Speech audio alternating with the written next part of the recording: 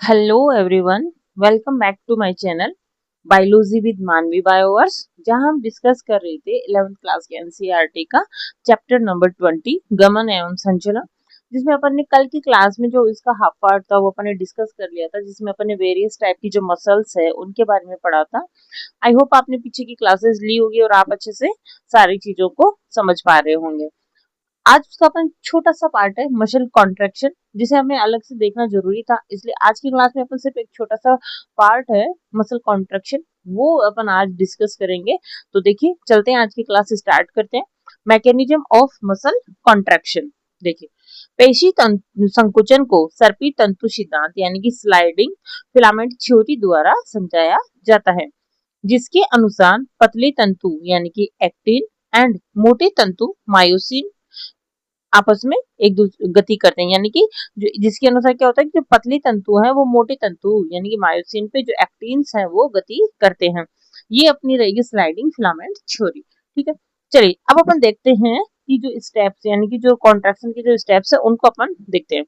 केंद्रीय तंत्रिका तंत्र की प्रेरक तंत्रिका द्वारा एक संकेत भेजा जाता है, साथ ही साथ एक प्रेरक न्यूरॉन और उससे जुड़े पेशी रेशे मिलकर एक प्रेरक इकाई का गठन करते हैं।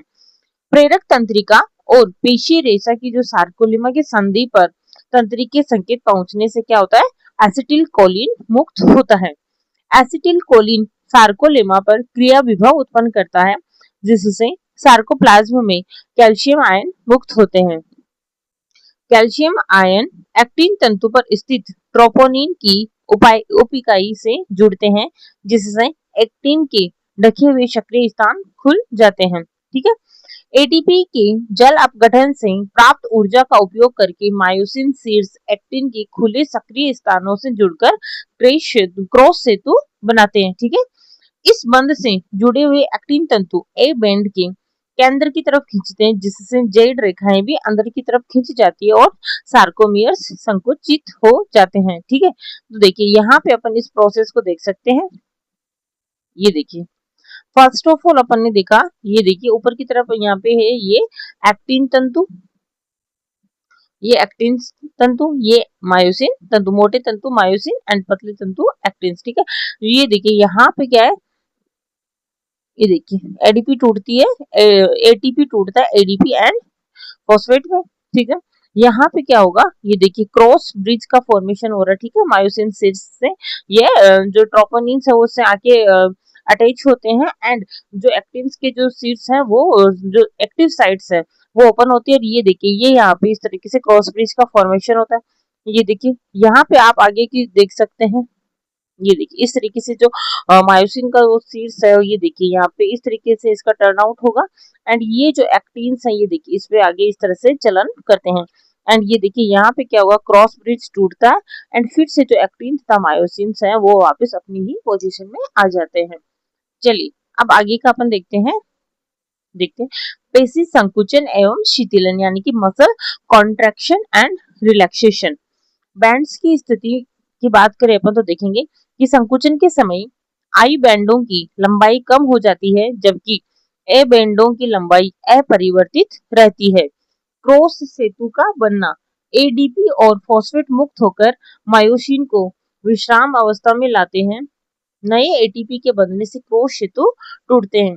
शिथिलन की अगर अपन बात करें देखेंगे कि तंत्रिका संवेगी संवेग, जो तंत्रिका संवेगी संवेग है वो समाप्त होने पर जो सार्कोप्लाज्मिक रेटिकुलम के कैल्शियम जो आयन है वो पुनः अवशोषित हो जाते हैं, जिससे एक्टिन के स्थान है वो वापस कवर्ड हो जाते हैं और जेड रेखाएं अपने स्थान पर लौट आती है।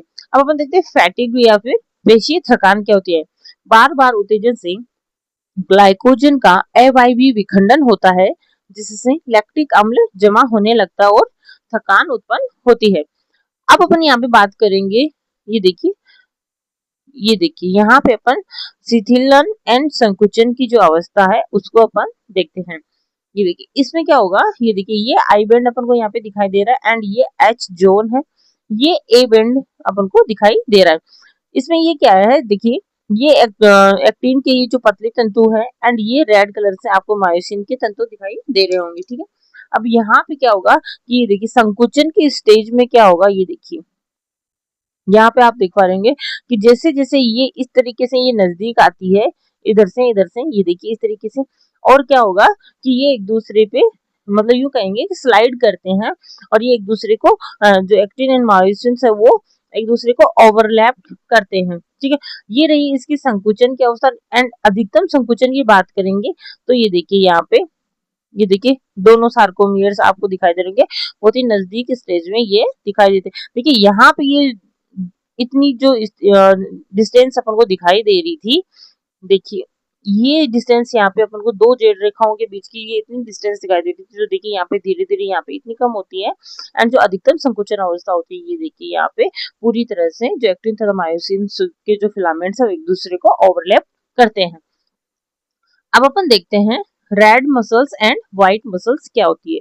अगर इनकी बात करें अपन लक्षणों की, तो देखेंगे कि जो रेड मसल्स है उनमें मायोग्लोबिन अत्यधिक मात्रा में होता है, जिससे इनका रंग होता है वो रेड कलर का होता है। जबकि जो व्हाइट मसल्स है उनमें मायोग्लोबिन होता है वो बहुत कम मात्रा में होता है।